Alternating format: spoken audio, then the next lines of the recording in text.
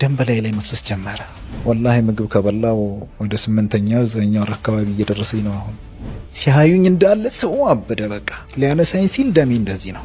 መጥቶ አጠገቤ ቁሞ አይቶኝ ያለቀሰ እንዳለ በቃ የሆነ ነገር የሚያደርገኝ ይመስለኛል።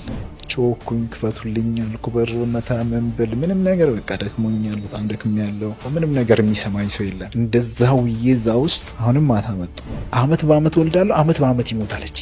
አላስቀምጠኛል በቃ ሊገሉኝ ሆነ። ቅጥቅጥ አረጉኝ። ስንሆነ በዱላ በቃ ብቻዬን መኖር፣ ብቻዬን መቀመጥ፣ ብቻዬን ማደር እንጂ አሁን ሰው ጋር ሄጄ ፍሪ ሆኜ አላወራም። ታያቸው በቃ እነሱ ደስተኛ ናቸው በስራቸው። በቃ ያፌዙብኛል። በቃ ወደ ሀረር ነው የምትሄደው እንደረሳን አይደለ የሆነ ሰመመንም ነገር በቃ ምን እንደሆነ አላውቅም፣ ግን አውቃለሁኝ 4 ሆነው ነው በቃ ተጫወቱብኝ። በሽርጥ ነው ያለሁት። ገንዘብ ኪሴ ውስጥ ሱሪ ላይ ነበረ፣ ብር የለም። ሽርጤ ደግሞ እንደዚህ ላይ ተለጥፏል። ደም እንዲህ ነው በቃ የሚፈሰው። እስከ ዛሬ ድረስ በህይወቴ 2 ሰዎች አሉ ይህን ነገር የነገርኳቸው። ህይወቴ ነፍሲ እስካለች ድረስ እኔ ሰላቴ በጣም ይከብደኛል። በቃ ለሰላቴ ምንም ነገር በቃ ያለዛች እየመኖር ለራሱ ወላሂ ተነፍሳ አይመስለኝም።